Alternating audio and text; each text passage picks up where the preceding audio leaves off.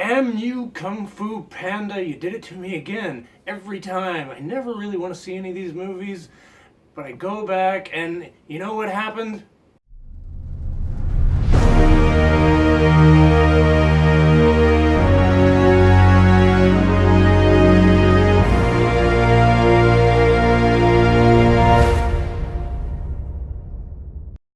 Hello everybody, welcome back to Drinks and a Movie. Chris Hamker back here, and I'm talking about Kung Fu Panda 3, and I'll finish my sentence. I'll tell you what happened. I actually really like this movie.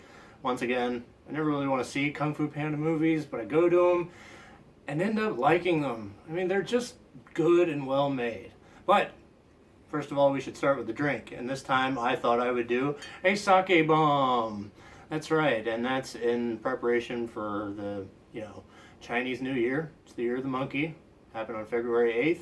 And, Kung Fu Panda, Chinese. So, let's do it. Let's start with a drink. So I thought we would use Budweiser. Because, if you're going to choose a beer to just chug and get rid of, it's Budweiser. Alright. So you fill this up about a half the way, just enough to cover the shot glass, and then you set 2 chopsticks on the top here. Fill the shot glass with sake. Set the shot glass on the chopsticks. Slam your kung fu hands down on the table, and then it should drop in. Oh, here we go. The sake bomb. Hey.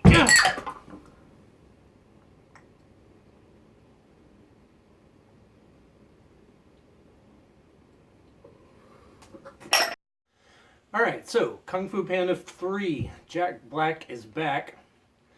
It's really hard to say. Jack Black is back as Po in Kung Fu Panda 3.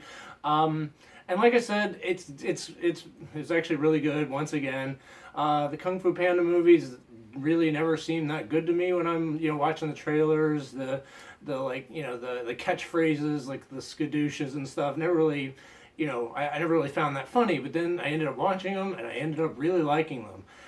One of the reasons is they're beautifully animated. I mean, these are gorgeous movies, all of them, and the voice acting is really good too. I'm not a huge Jack Black fan, but he really inhabits this character, and as much as you can as an animated character.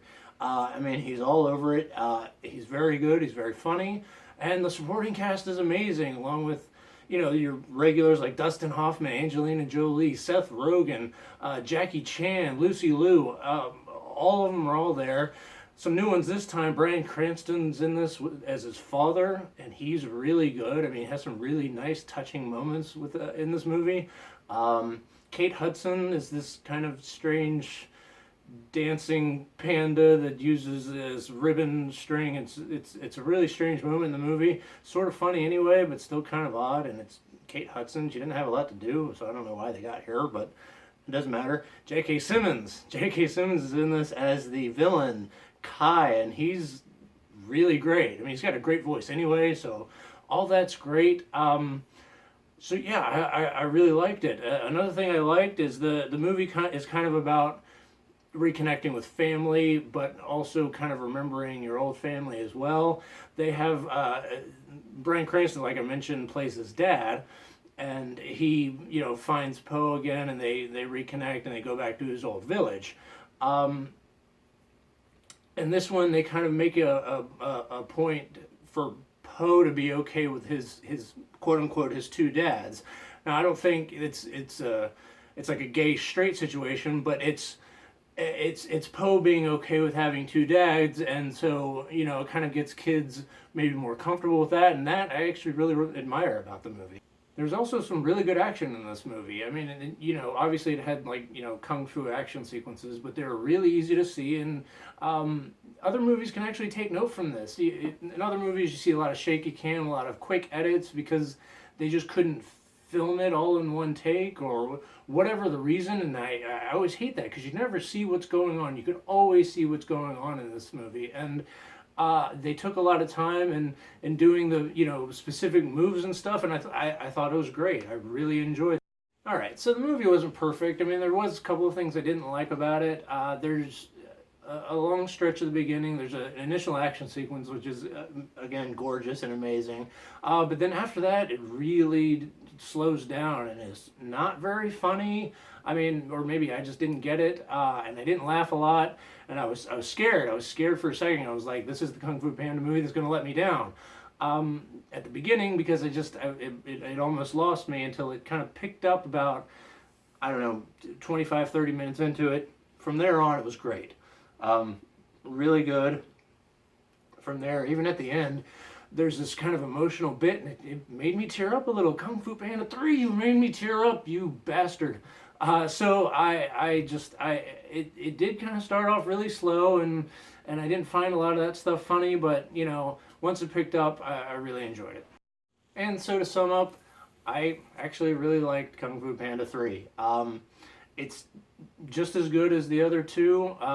It's funny. It's got some great action. Beautifully, beautifully animated. I can't stress that enough. And look at this. By the magic of television, I got another sake bomb coming. So here's to you, Kung Fu Panda. I know Kung Fu, clearly.